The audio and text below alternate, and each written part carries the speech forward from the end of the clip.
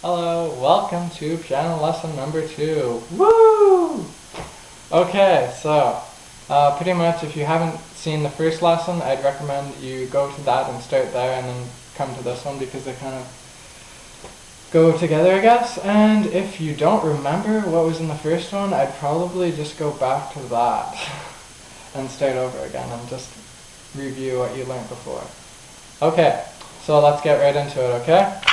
So the first thing we're going to learn is the difference between a whole tone and a semitone. And you're probably thinking, oh my gosh, what's going on? He's getting all complicated on me. But really this is pretty simple. You're just basically going between every note up the piano. So if you listen to this, it sounds like every note is going up, right?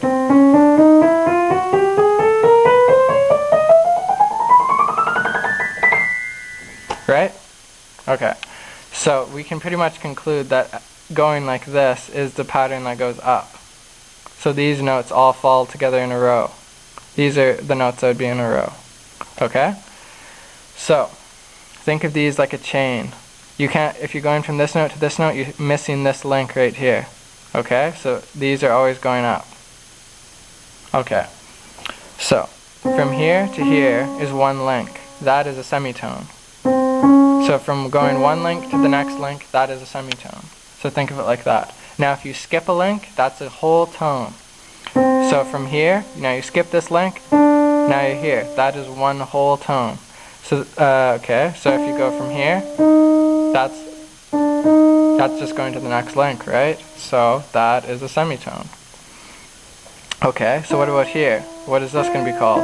Now you're probably thinking, oh, maybe that's a whole tone because there's no black note. It's just going from white note to white note. No, because look, no black note means this is going to here. So that's just the next link. Just the next link of the whole chain. So that's a semitone. So a whole tone would actually be from here to here. Because that's skipping one note. Or one chain, link in the chain. Okay, so if you think of it like that, should help you out a lot. I'm telling you this mostly because this will help you learn any scale in the piano, but I will get to that at a later lesson. Right now we're just going to focus on the pattern, okay? So the pattern for a major scale is whole tone, semitone, whole tone, semitone.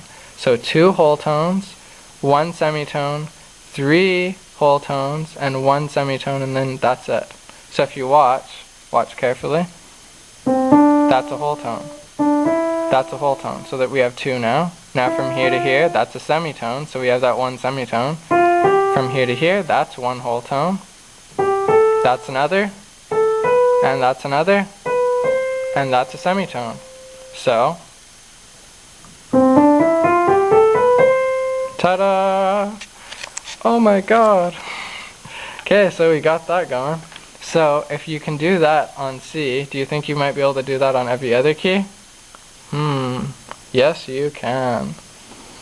Okay, so let's start on G. This is the scale we're going to learn today, guys, okay? So G. So we're looking at G right now and we're like, okay, this looks confusing. But if you just remember the pattern, everything is okay. Okay, so watch. That's 1 whole tone. 1 whole tone. Okay, so we've got our 2 whole tones. Now we need the semitone. Okay, that's our semitone right there. Now we need another whole tone, and remember, we needed 1 more, right? Because we have to have 3. So we're going to miss this note. That's our next whole tone, and then we have to have a semitone. So it comes back to G. So listen up. That sounds major, right? Because this is a major. They sound similar but different because they're in different pitches. Okay, so that is a G major. I'll play it 1 more time carefully so you can see it clearly.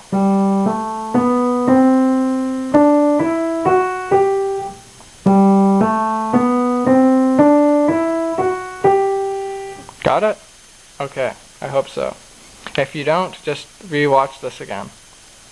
Okay, Next thing we're going to do is intervals. This should be pretty simple actually. Okay, so the interval is actually just pretty much, okay, I'll just get into it actually.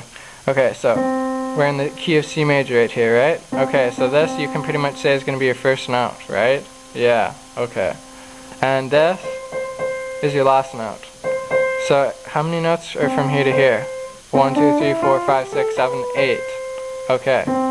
So we know from here to here is an eighth. So that's what we would actually call it in piano. It's called an eighth. So if someone asks you what the interval between C to the next C, that's an eighth. People call it a perfect octave or a perfect eighth. Okay. Okay, so the other ones are just a scale.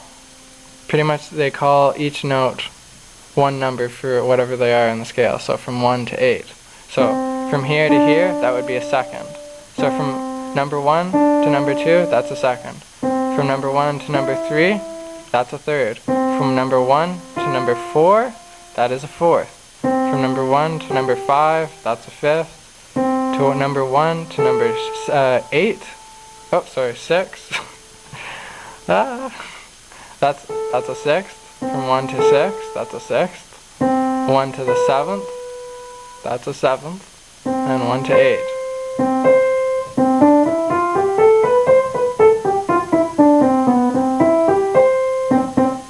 Okay, so those are your scale degrees, as you would call them, I guess. So that would be the same for this. So the fifth from the first of G major to the fifth, that's called a fifth.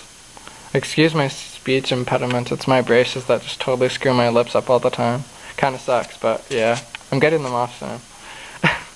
Not that you really care, but whatever. Okay, so the next thing we're going to do is learn a little piece called Mary Had a Little Lamb, and it's actually the first piece I ever learned on the piano. So, this will be interesting. Okay. So watch carefully. This is actually quite simple. Oh, sorry, actually it starts on the E.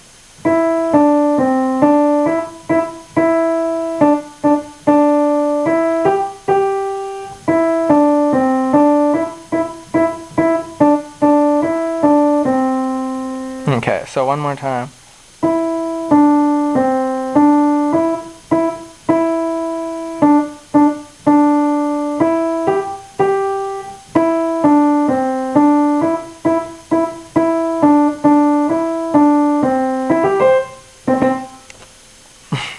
Okay, so, any questions?